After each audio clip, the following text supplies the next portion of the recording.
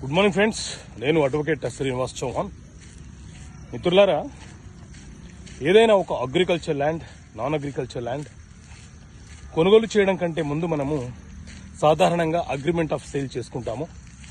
Agreement of sale చేసుకున్న తర్వాత కొంత సమయం తీసుకొని sale deed through registered sale deed ద్వారా ఆ ప్రాపర్టీని కొనుగోలు చేస్తాం.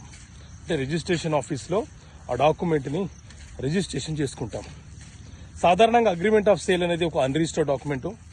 దాని వ్యాలిడిటీ కేవలం 3 సంవత్సరాలు మాత్రమే. అదే సేల్ డీడ్ రిజిస్టర్ చేసుకుంటే మనకు సమస్య వచ్చినప్పటి నుంచి 3 సంవత్సరాలలోపు ఎప్పుడైనా కేసు వేసుకోవచ్చు. అయితే